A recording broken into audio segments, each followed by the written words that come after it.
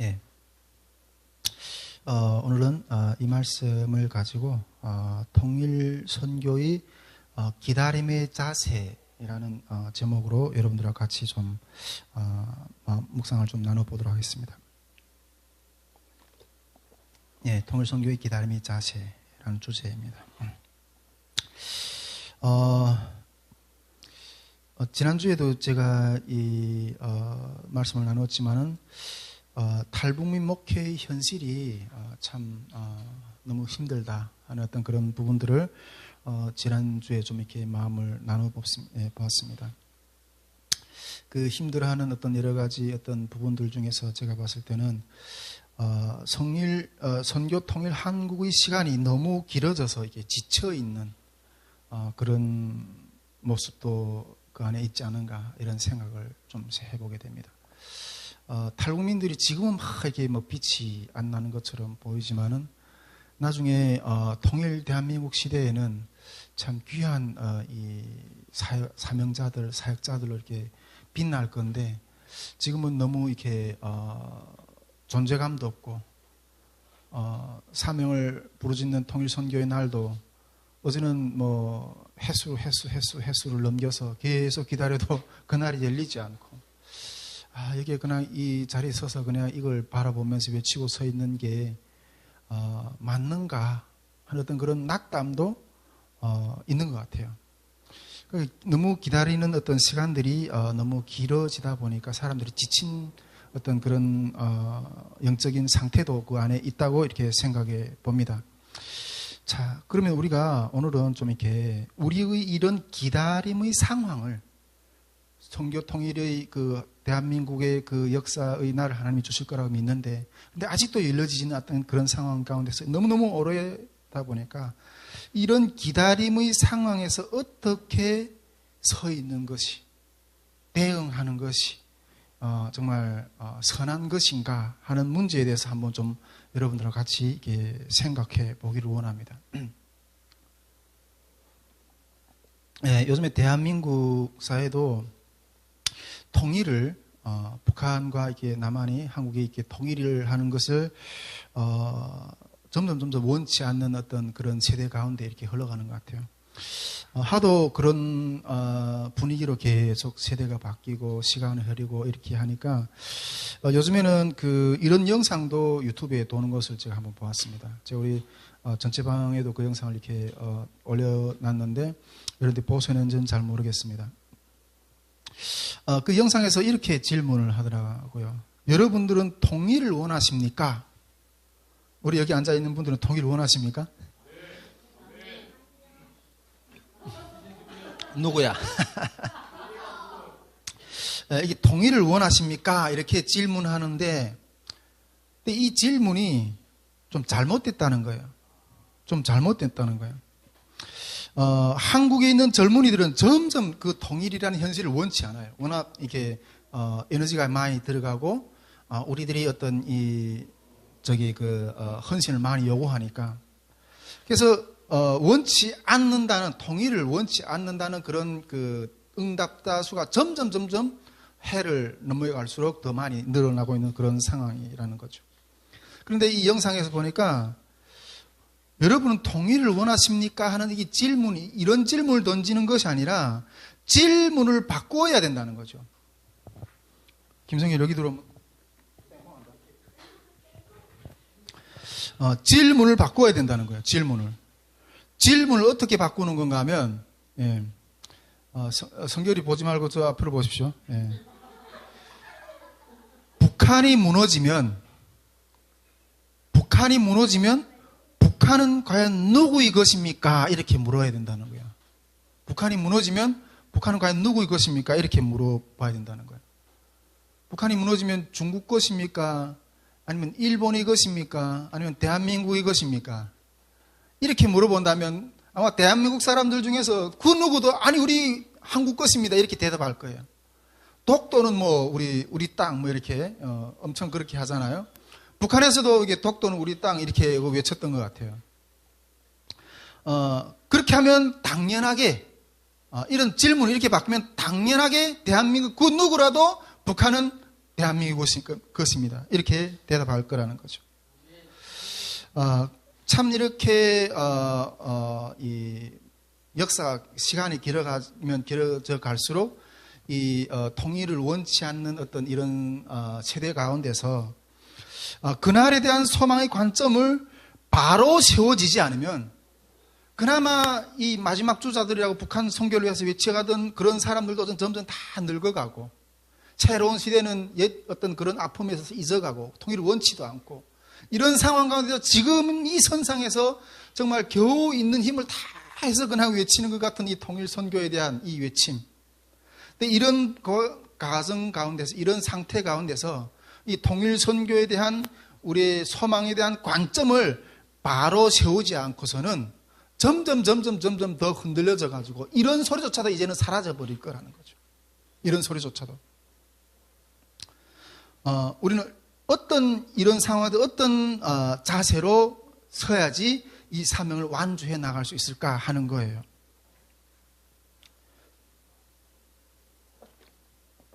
자, 그러면 먼저 성경에서 우리 한번 이런 상황을 좀 찾아봅시다.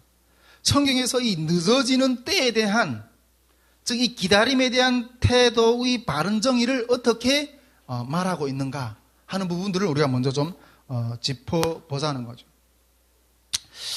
이 통일 선교의 기다림의 때의 어떤 그런 영적인 입장은 제가 봤을 때는 이스라엘이 회복의 때를 물었던 어떤 그런 예수님의 제자들이 어떤 그런 상황과 비슷하지 않을까 이런 생각을 좀 이렇게 해보게 됩니다. 사도행전 1장에 보면 제자들이 이 승천하시려고 하시는 예수님께 또 이렇게 물어보시죠.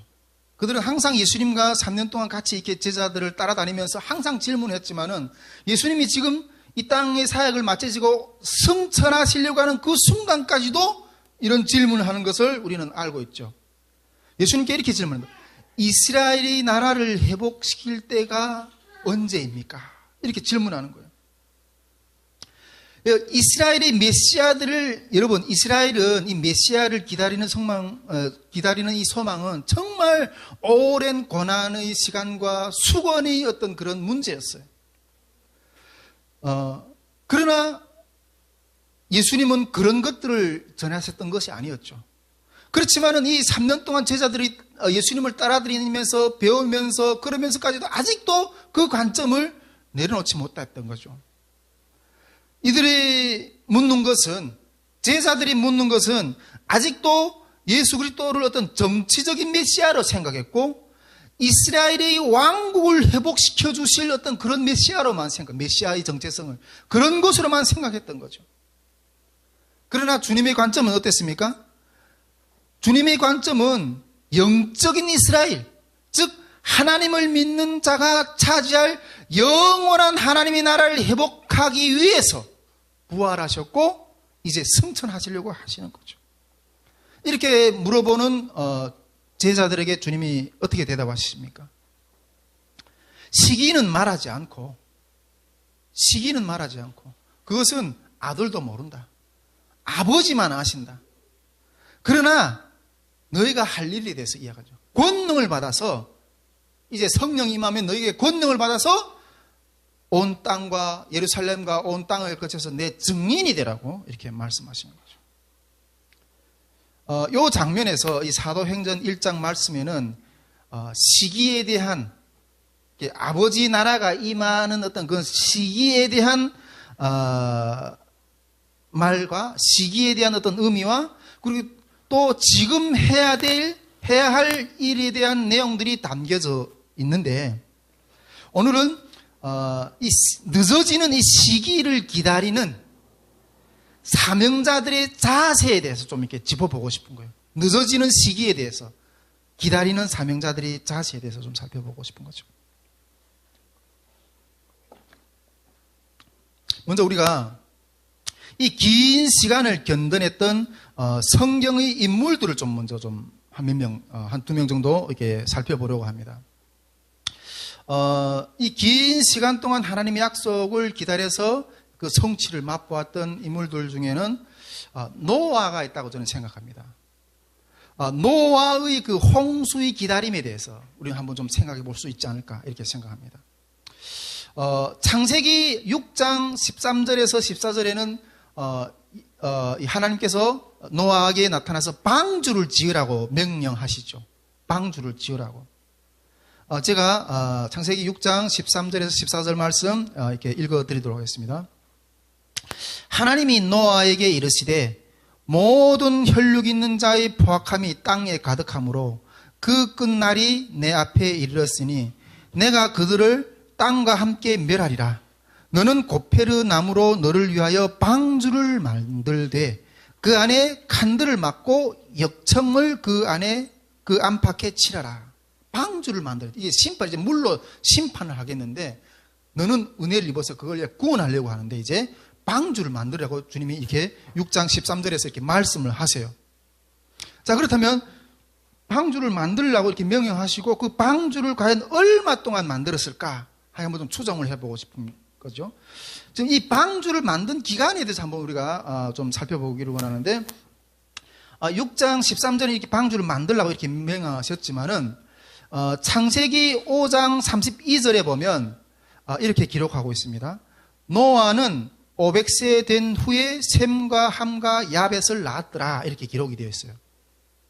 그리고 창세기 7장 11절에서 12절에 보면 노아 600세 되던 해 둘째 달 곧 그 달 11의 날에 그날에 큰 기품의 샘들이 터지며 하늘의 창문들이 열려 40주야를 비가 땅에 쏟아졌더니 이렇게 기록하고 있어요. 자, 우리가 5장 32절에 보면 노아가 500세 때 자녀를 낳았다 그랬어요.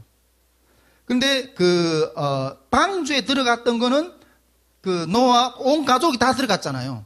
그러니까 노아가 자녀를 낳은 이후에 어쨌든 방주를 건설하기 시작했던 거예요. 그렇다고 보면 노아 500세에 자녀를 낳았다면 노아가 600세 때 방주에 들어갔다 그랬거든요. 그러면 500세에서 600세 약 한 100년 기간의 시간이 있어요. 그러면 이 방주를 짓는 그 노아의 어떤 시간이 약 한 100년 정도, 자녀들이 500세 때 자녀를 낳았으니까 이렇게 한 30세, 한 20세 이상 때부터 이렇게 만약 이렇게 방주를 노아가 하나님께 명령을 받아서 방주를 짓기 시작했다고 하면 거의 한 70년에서 한 80년 정도의 시간을 이 방주를 짓는 시간을 이렇게 노아가 이렇게 방주를 지었다고 우리가 추정할 수가 있을 것 같아요. 여러분, 지금도 우리가 이렇게 흔히 말하잖아요. 10년이면 강산이 변한다 그러잖아요. 10년이면 강산이 변한다 그러잖아요. 그런데 이 100년 동안 이게 100년 가까운 세월을 이 방주를 지었던 거예요. 방주를. 예. 그 모진 세월을 어떻게 견디면서 방주를 지었을까? 물론 하나님께 명령을 받았지만은 그 긴 세월을 인내하면서 하나님이 나에게 말씀하시던 이 물로 심판하시는 그 때가 올 거라면서 구원의 방주를 짓는 시간에 노아는 과연 그걸 어떻게 끝까지 믿고 기다리면서 지었다는 걸 딱 봤을 때 참 이 노아의 그 믿음은 참 흔들리지 않는 그런 믿음으로 걸어갔다는 이런 생각을 좀 이렇게 생각해 보게 됩니다. 이런 노아의 기다림은 과연 어땠을까? 이런 생각을 한번 좀 이렇게 해보게 됩니다. 자, 그리고 이 기다림의 시간을 아주 끈질기게 보냈던 사람들 중에서 저는 또 한번 생각해 보고 싶은 인물이 아브라함이에요. 예. 아브라함의 기다림에 대해서 한번 좀 생각해 보고 싶어요. 노아는 방주를 짓고 물로 심판하겠다고는 하나님의 약속을 자기가 사는 세대에 보았어요. 그렇죠? 그러나 아브라함은 약속을 그대에 못 봤어요. 그대에 못 봤어요. 즉 아브라함은 대를 이어서 약속을 기다렸던 그런 사람인 거예요. 창세기 15장 13절에서는 이렇게 기록하고 있습니다. 여호와께서 아브라함에게 이르시되 너는 반드시 알라. 내 자손이 이방에서 객이 되어 그들을 섬기했고 그들은 400년 동안 내 자손을 괴롭히리라 이렇게 말하고 있어요. 400년 동안 하나님께서 이 갈대아 우르에 있던 아브라함을 내가 너로 큰 민족을 이뤘고 너를 통해서 복의 근원이 되겠다고 내가 지시할 땅으로 가라고 했잖아요. 큰 민족을 이루겠다고. 그래서 그 민족을 이루게 그 가라고 한 땅으로 왔는데 지금 그 나라 민족을 이루는 것을 내 눈앞에 내가 보는 것이 아니라 너희는 이제 너희 후손은 이제 이방에 가서 400년 동안 노예 생활을 하게 될 거라는 거예요. 그 후에야 와서 이 내가 약속한 나라를 이루고 민족을 이루고 그렇게 하겠다고 이렇게 말씀하시는 거예요. 즉 이건 무슨 말이에요? 자기 대에 하나님이 약속하신 것들을 못 본다는 소리가 아니에요. 마태복음 1장 17절에 보면 이렇게 기록하고 있습니다. 그런즉 모든 대수가 아브라함부터 다윗까지 연례되어 다윗부터 바벨론으로 사로잡혀 갈 때까지 연례되어 바벨론으로 사로잡혀 간 후부터 그리스도까지 연례되라 이렇게 말하고 있어요. 성경은 아브라함이 부르심을 하나님의 계획을 완전한 국가가 세워지기는 이게 다윗 때 가서 이렇게 완전하게 그 하나님이 그 말씀하신 그 영토, 그 민족, 강한 민족, 그런 축복의 어떤 민족으로 세우셨거든요. 그런데 그렇다면 다윗 때 그것이 완성되었다고 생각하러 볼 수 있는데 그러면 아브라함에게 주신 약속은 다윗 때 가서 결국 완전하게 이루어진 거예요. 근데 아브라함부터 다윗까지 연례대라고 했어요. 하나님이 주신 약속을 대를 이어가면서 기다리고 이루었다는 거예요. 여러분 참 이게 우리가 바라보고 가는 것에 대한 믿음이 충만할 때는 그것을 항상 그렇게 감당할 수 있을 것 같은데 너무 긴 시간 오랜 시간 그게 가서 지쳐있는 그 상태, 이런 것들을 우리가 어떻게 극복하며 나가겠는가 하는 거예요. 그래서 아브라함은 때로는 그 믿음이 없어서 자기 아내를 2번이나 팔잖아요.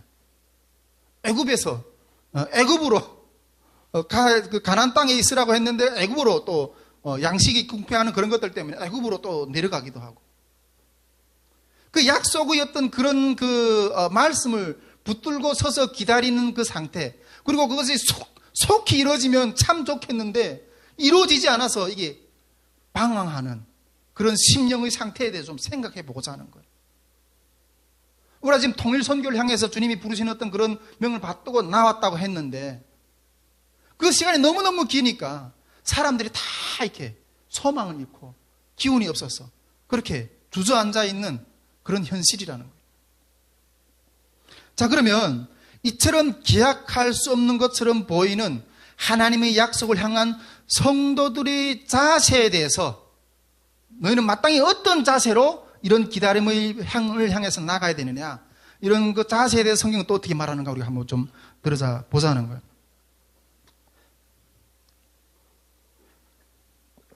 예.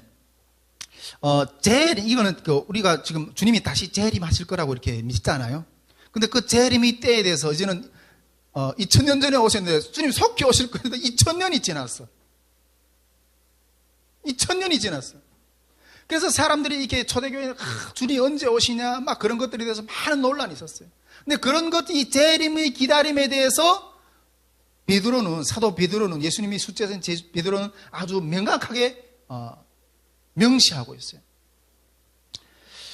이 주의 재림이 더디다고 하는 이들에게 베드로는 다음과 같이 말씀하고 있어요. 오늘 이 말씀이 바로 그 상황 가운데서의 말씀인 거예요. 자, 우리 함께 다 같이 8절에서 13절까지 같이 합독하도록 하겠습니다. 시작. 사랑하는 자들아, 주께는 하루가 1000년 같고 1000년이 하루 같다는 이 한 가지를 잊지 말라. 주의 약속은 어떤 이들이 더디다고 생각하는 것 같이 더딘 것이 아니라 오직 주께서는 너희에 대하여 오래 참으사 아무도 멸망하지 아니하고 다 회개하여 이르기를 원하시느니라. 그러나 주의 날이 도적같이 오리니 그날에는 하늘이 큰 소리로 떠나가고 물질이 뜨거운 불에 풀어지고 땅과 그 중에 있는 모든 일들이 드러나리로다. 이 모든 것들이 어떻게 풀어지리니 이렇게 풀어지니 너희가 어떠한 사람이 되어야 마땅하냐. 거룩한 행실과 경건함으로 하나님의 날이 임하기를 바라보고 간절히 사모하라. 할렐루야. 이 성경 구절 안에서 그 안에 구속 이 부분 다 이렇게 설명하려고 하지는 않겠어요. 즉 이 주의 날이 오는 거에 대한 자세를 묻고 있잖아요, 지금. 근데 여기서 특별히 11절에 보면 이런 상황 가운데 너희는 과연 어떤 사람이 되어야 마땅하냐 이렇게 물어보고 있어요. 이런 상태에 대해서, 이 기다림의 상태에 대해서. 도둑같이 오신다고 하지만 아직 오시지 않지만은 이런 오랜 기다림의 상태에서 너희는 과연 어떤 사람이 되어야 마땅하냐 이렇게 물어보고 있는 거예요, 베드로가. 11절에 뭐라고 말하고 있습니까? 그러면서 거룩한 행실과 경건함으로 하나님의 날이 임하기를 바라보라고 그래요. 그래도 간절하게 거룩하고 행실과 경건함으로 하나님의 일을 바라보라는 거예요. 즉, 이 때에 대해서 계속 바라보아야 된다는 거예요. 계속 바라보지만은 어떤 자세로? 경건함과 거룩함과 거룩한 행실과 경건함으로 계속해서 바라봐야 된다는 거예요. 예. 기다리면 오지 않지만은 이것들을 바라보되 항상 바라보되 거룩함과 경건함으로 바라봐야 된다는 거죠. 자, 이 기다림의 때에 대한 첫 번째 태도는 항상 바라보면서 거룩한 행실과 경건함으로 이 자세를 지켜야 된다는 거예요. 할렐루야. 두 번째로 이런 상태에서 또 한 가지 자세에 대해서 다른 성경 구절에서 이렇게 말씀하시는 부분이 있습니다. 마태복음 24장에는 오랜 주님이 재림의 때가 시간이 오랜 시간에 대해서 이 어떤 자세로 마주해야 되는가 하는 게서 두 가지 태도를 이야기하고 있습니다. 첫째는 어떤 태도예요? 충성된 종과 악한 종으로 표현하고 있어요. 마태복음 24장 45절에 보면 이렇게 충성된 종에 대해서 말하고 있는데, 먼저 주인에게 그 집 사람들을 맡아 때를 따라 양식을 나눠줄 자가 누구냐? 그렇게 하면 칭찬을 받으라. 칭찬을 받. 주인이 언제 올지는 모르지만은 때에 따라서 그 주인의 그 집을 맡아보는 사람은 때를 따라서 양식을 나눠주라는 거예요.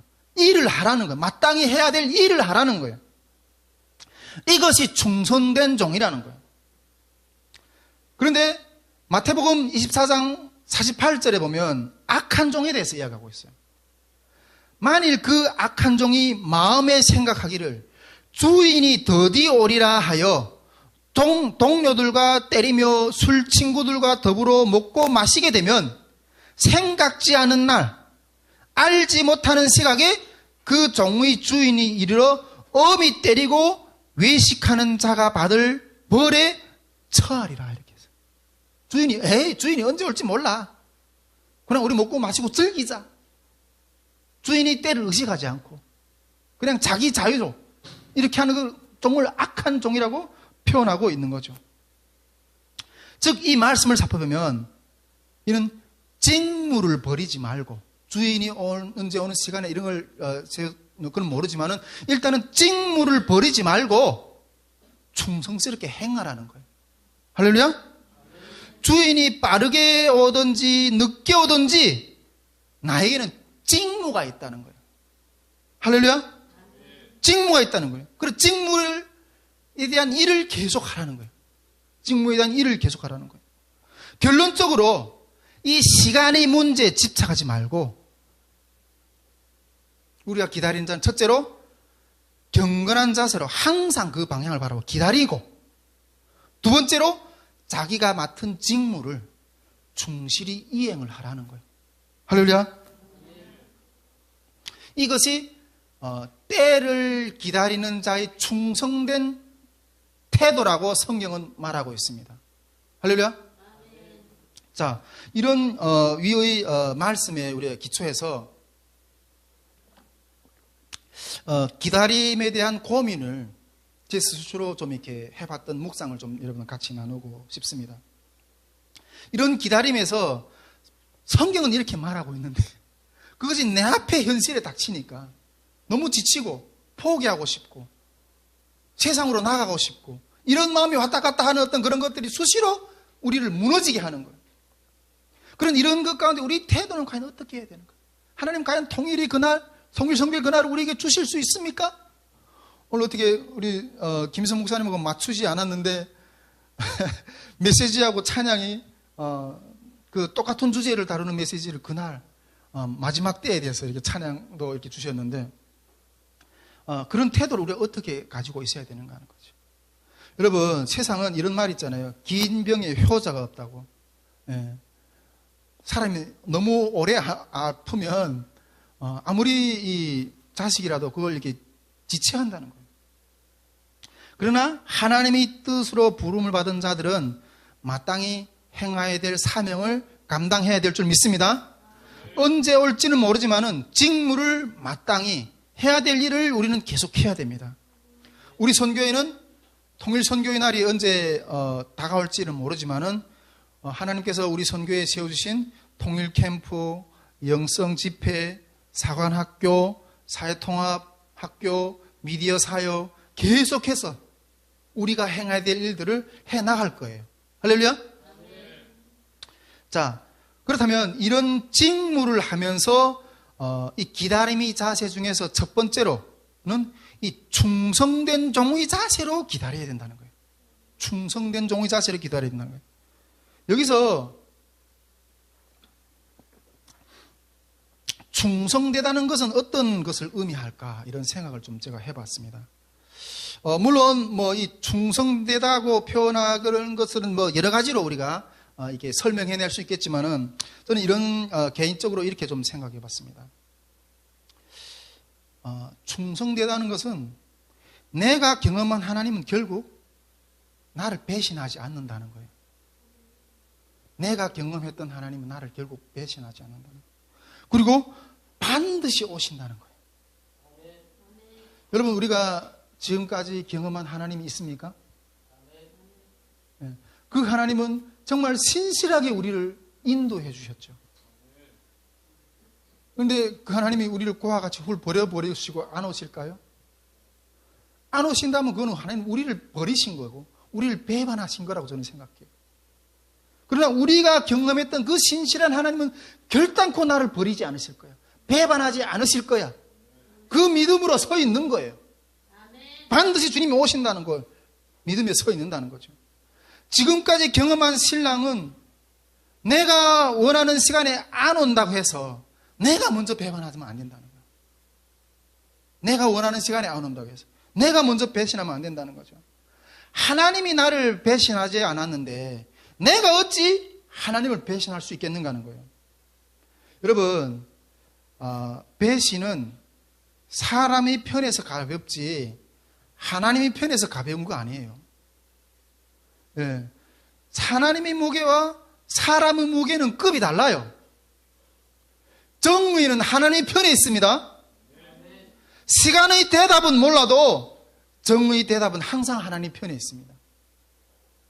그 하나님을 우리가 믿고 배신하지 말아야 돼요.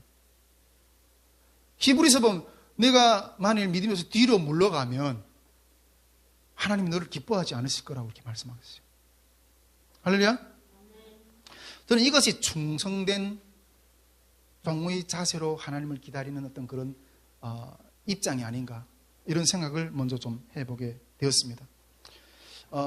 또한 두 번째로 이 기다림의 자세에서 제가 좀 주목해보고 싶은 마음은 우리가 마땅히 행해야 될 직무를 행하면서 기다리는 것은 그냥 고요한 상태에서 기다리는 게 아니라는 거예요. 싸우는 상태에서 기다리는 거라는 거예요. 할렐루야? 사단은 우리를 기다리지 못하게 하려고 어떻게 해서나 그 기다림의 길에서, 주님의 그 구속의 역사의 길에서 떨어지게 하려고 얼마나 우리를 요동치게 하는지 몰라요. 그렇기 때문에 우리는 이 기다림의 길에서 사단은 우리를 기다리지 못하고 하나님의 시간을 잡지 못하게 하려고 떨궈버리려고 그렇게 몸부림치면서 공격하는데, 우리는 그 기다림의 상태에서 싸우면서 주님의 시간 안에서 주님이 오시기를 기다려야 된다는 거예요. 할렐루야? 이 시기와 때에 대해서, 이거는 우리가 시기와 때에 대해서 아주 우리는 예리하게 바라봐야 된다는 관점이 된다는 거죠. 이거는 기다리는 때를 싸우면서 기다린다는 것은 이런 면도 있는 거죠. 이거는 시간을 의식하면서 싸운다는 거예요. 시간을 의식하면서. 기다리는 것 가운데서 뭔가 우리를 막 지치게 하고 막 이렇게 하면 그 시간에 대한 어떤 감각이 더뎌지는데, 할렐루야? 시간에 대한 감각이 기다리는 것 가운데 시간에 대한 감각이 더뎌질 수가 있거든요. 그런데 이 사단이 더뎌지게 하려고 하는, 우리 기다림을 더뎌지게 하는 그런 싸우면서 그 시간의 때를 그냥 아주 예리하게 바라보면서 싸우면서 예리하게 바라보면서 오히려 예리하게 바라보면서 싸우면서 나가야 된다는 거예요. 여러분, 주인이 오실 때를 의식하면서 오히려 이 지루한 시간을, 오히려 주인이 오실 것을 의식하면서 살아가는 삶은 너무너무 중요합니다. 이 지루한 시간을 오히려 극복하는 것은 주인이 오실 때를 오히려 더 의식하면서 그거 안에서 기다려야 된다는 거예요. 우리 청신 같은 경우에는 계시록에서 또 이렇게 무천년설 이런 것들로 이렇게 마지막 때를 이렇게 설명하는데, 그러다 보니까 이 마지막 때에 대한 이 긴장감이 조금 우리 신학은 조금 떨어져요. 근데 저는 이렇게 그 마지막 때에 대해서 어떤 이 신학적인 어떤 여러 견해들 다 이렇게 열어놓고 이렇게 해석을 하는데, 이 마지막 때에 대해서 좀 이렇게 강조하는 어떤 그런 신학은 때로는 이게 조금 잘못 나갈 수도 있지만은, 그런 불리한 부분도 있지만은 깨어있게 만들어요. 우리 어떤 신앙 상태를 깨어있게 만들어요. 근데 이 마지막 때에 대해서 너무 이렇게 정죄하면서 이렇게 하는 신학들은 있잖아요. 좀 이렇게 이 주님이 재림에 대해서 좀 무디게 만드는 어떤 그런 성향이 있어요. 여러분, 우리는 이 마지막 때에 대한 어떤 그런 것들을 오히려 의식하면서 나가야 된다는 거죠. 제가 이렇게 투자를 하는 사람들을 이야기를 좀 들어보면, 이 투자를 하는 사람들의 이야기를 좀 들어보면,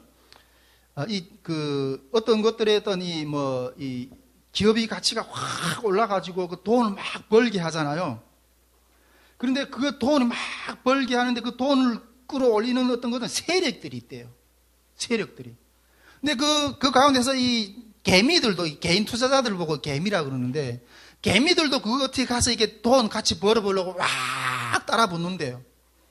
그런데 이 세력들은 개미들과도 이렇게 그 돈 같이 벌어주게 하는 것이, 자기들 손해잖아요. 어떻게 해서나 흔들어버린대. 흔들어버려가지고 개미들이 다 떨궈버린대. 그리고, 아이고, 이제는 여기는 먹을 알이 없다. 먹을 알이 없다. 다 떨어져 나갔을 때, 확, 이렇게 기업 가치를 올려버려가지고, 성장시켜버린대. 여러분, 그것이 어떤 안에서 이렇게 돈 벌려보겠다 그렇게 달라붙었던 사람들이 다 손해를 보고 떨어지다가 나중에 그게 다 올라가는 어떤 걸 보면서 얼마나 실망을 하겠어요. 얼마나 실망하겠어요. 여러분, 싸우다가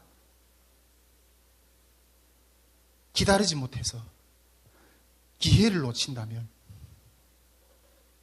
후회해도 쓸데없어요. 여러분, 주님이 때를 기다리다가 언제 올지 몰라 이렇게 하다가 그냥 어느 날 갑자기 도석같이 임해버렸어. 우리 그 성경에 그 신랑이 오기를 기다리는 10처녀가 있었죠. 5처녀는 등불을 준비해가지고 결국 신랑이 오는 시간을 맞이해야 했어. 근데 5처녀는 똑같이 기다렸어. 근데 등불을 기름을 없어가지고 졸다가 신랑이 들어가서 문이 이미 닫혀버렸어. 얼마나 후회하면서. 성경이 그렇게 기록하고 있어요. 여러분, 이 기다림의 지루한 시간을 여러분 오히려 때를 의식하면서 극복해야 된다는 거예요. 할렐루야. 극복하지 못하고 그 주님이 때를 놓치면 있잖아요, 후회해도 쓸데없어요. 후회해도 쓸데없어요. 제가 어떤 형제가 아주 현명하게 신앙생활을 하는 것들을 하나 봤어요. 어떤 형제가 전도를 하니까 믿어는 앉아. 하나님 믿어는 앉는다는 거야. 근데 아주 이 친구가 현명하게 생각하더라고. 내가 지금 하나님이 있다는 것이 믿어지지는 않지만은 혹시 있으면 어쩔 건데. 혹시 있으면 어쩔 건데. 그 혹시 내가 있는 걸 내가 모르고 이걸 방관했다가 얼마나 큰 코로 다치겠는가. 그래서 한번 혹시 있을 줄 모르는 하나님을 이 때문에 한번 믿어는 보겠다. 참 그랬는데, 야, 넌 참 현명하다. 이렇게 이야기했어요. 전에 선교회 사명을 감당하면서 걸어가는 길에 어느 캠프 때는 하나님 그런 마음을 주시더라고요. 이 통일 캠프를 할 때마다 그 부담감을 너무너무 많이 주시기 때문에 통일 캠프를 하고 싶은 마음들이 이게 막 사그러질 때도 있었어. 그런데 한 번은 하나님이 그렇게 마음을 주시더라고요. 내가 만일 이 무대에서 내려가면 다시 이 무대에 올라갈 기회가 없다. 이 무대에 올라갈 기회가 없다. 그래서 깜짝 놀라가지고, 예, 하나님, 감당하겠습니다. 이렇게 하고, 이 무대에서 계속해서 사명을 감당했던 어떤, 지금까지 달려오는 어떤 그런 시간도 있었습니다. 자, 이렇게 이 기다림의 시간 동안 오히려 이 때를 의식하면서 이 지루한, 무각한 시간들을 우리가 극복해 나가야 된다는 거예요. 할렐루야.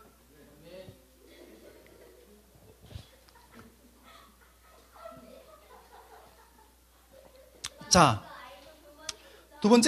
세 번째로, 이 기다림의 시간을 우리가, 행해야 될 우리 태도 세 번째로 마지막으로 한번 볼 것인데, 때를 이어가면서 이 기다리는 자세를 가지고 있어야 된다는 거예요.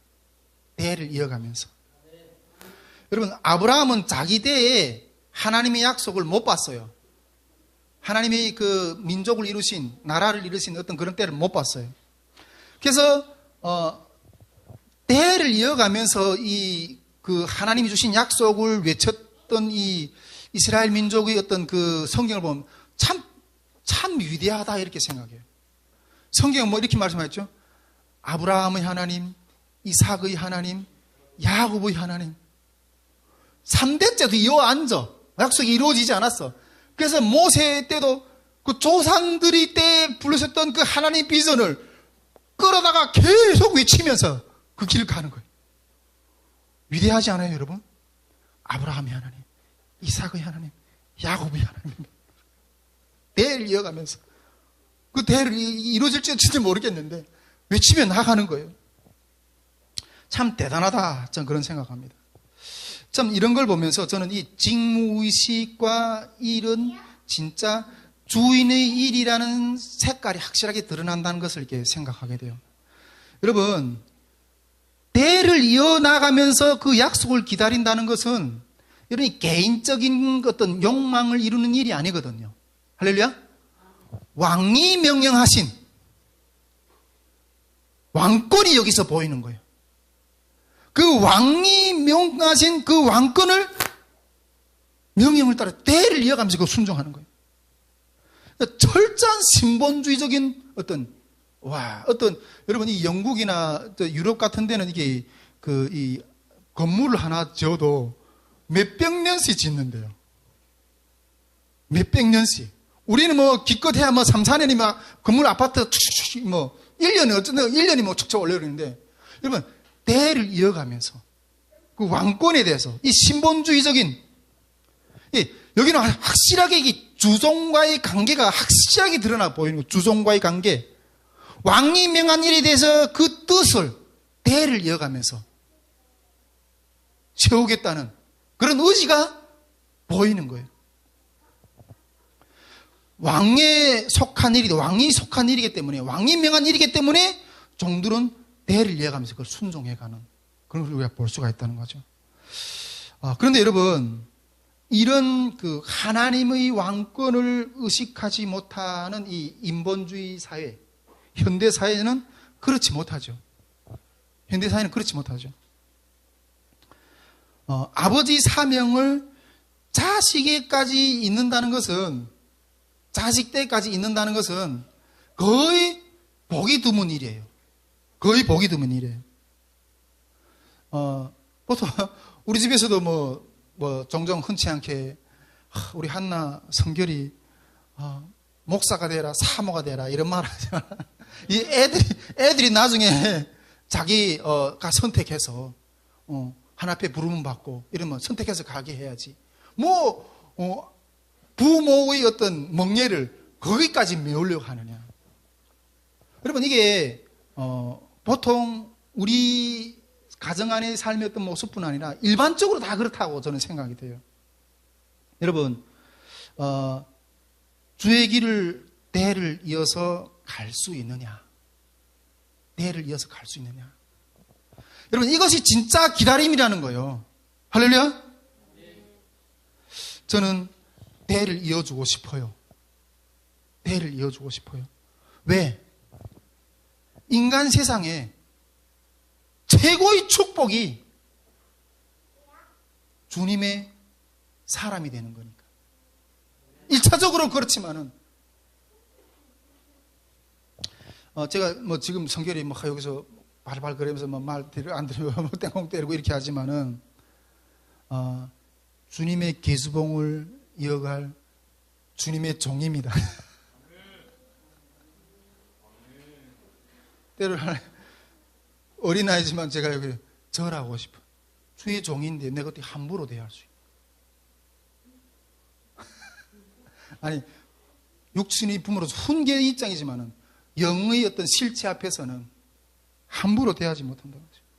여러분, 저에게 하나님 주셨던 그 북한 땅, 이 한반도를 회복시킬 그 포도나무 환상에 대해서 내 대에 이루어지지 않는다 할지라도 혹 우리 자녀의 대에라도 이루어질 수 있을지 기대하면서 나아가야 된다. 여러분, 누뚱이로 나왔지만 내가 필사적으로 사명을 감당해야 될 이유가 분명히 있어요. 제가 우리 성결이 사관학교 졸업할 때까지 우리 성결이가 우리 사관학교에서 이 철저하게 무장이 돼서 나가는 날까지 사관학교는 강력하게 우리 한나가 우리 집사람 뭐지? 한나 우리 중학생쯤 되면 사관학교 들어가서 이렇게 교육시킬 거라고 대를 이어서 물려줄 하나님이 소명을 물려줄 어떤 그런 마음을 가지고 있는 거죠. 여러분, 내 우모는 내 대에 주님을 방향을 위해 살고 자식의 대에도 주의 방향을 물려주는 거예요. 자식의 대에도 물려주는 거라는. 예.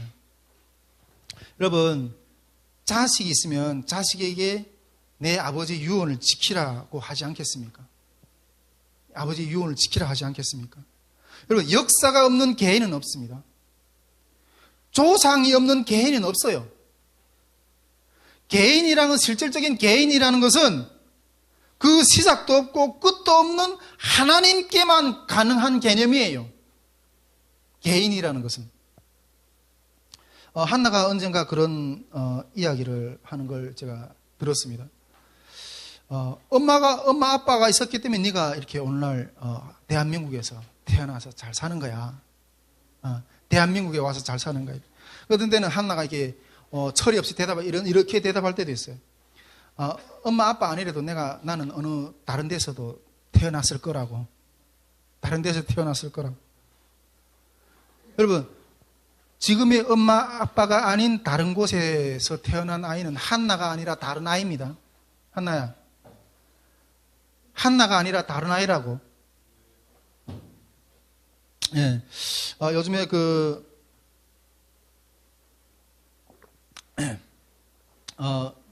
우리 한나를 이렇게 제 호적에 이렇게 올리는 어떤 그런 일을 이 법원에 가서 하는데, 이 양자로 이렇게 호적에 올리는데, 이 양자도 친자와 같이 똑같은 상속권을 가지고 있어요. 부모의 상속권을 가지고 있어요. 여러분, 자녀들에게 대를 이어서 기다림, 뜻을 넘겨주는 것은 하나님의 나라를 상속하는 겁니다. 할렐루야? 네. 야곱은 그 에서가 형이잖아요. 그 장자권을 잡기 위해서, 그 하나님의 축복권을 잡기 위해서, 물론 우리가 성경적으로 인간적으로 보면 야곱 너무나도 이 얄팍한 인간이고 사기 성증이 있는 그런 인간이지만은, 야곱에게는 하나님의 나라에 대한 거룩한 그 축복의 욕심이 있었어요. 어떻게 해서나 생을 속에서라도, 아버지를 속에서라도 그 축복권을 지려고 하는, 그게 진짜 복된 자예요. 여러분, 자녀들에게 이 인본주의적인, 아이고, 아빠, 이런, 이 지게를 물려온 이런 시각이 아니라, 이 통일 한반도의 북한 땅의 하나님의 영혼 구원의 역사의 그 뜻을 이루어질 날을, 그런 거를, 계보를 이어가면서, 대를 이어가면서 전수를 해야 돼요. 할렐루야. 여러분, 이거 하나님의 역사입니다. 아빠가 없는 성결이가 없는 거예요. 개인은 있을 수가 없어요. 예. 그런 상속된 자들이 될 수 있기를 우리 자녀들에게 축복합니다. 우리 자녀들에게, 현대 자녀들, 목사님, 예, 우리 자녀들까지 그런 이 상속의 어떤 그런 믿음이 없다면 대한민국의 다음 세대는 없습니다. 대한민국 교회의 다음 세대는 없습니다. 대한민국 교회의 내일은 없습니다. 여러분, 대를 이어가면서 기다려야 돼요. 이 기다림의 자세, 대를 이어가면서 기다려야 돼요. 이게 이 기다림의 현실 가운데서 우리가 마땅히 이 긴 시간을 견디면서 신앙적으로 세워져야 될 어떤 그런 자세라는 거죠. 그런데 제가 봤을 때는 현실적인 진단은, 통일시대 현실적인 진단은 다 이게 첫째는 준비가 안 돼 있고 너무 배부르고 육신적이 되어버렸다는 거예요. 네. 우리는 때를 기다리는데 준비는 아직 덜 안 돼 있으면, 그것도 하나님이 빨리 주지 않는, 그 시간을 빨리 당겨오지 않은 하나의 어떤 원인인 거예요. 제가 봤을 때 아직 이쪽이 더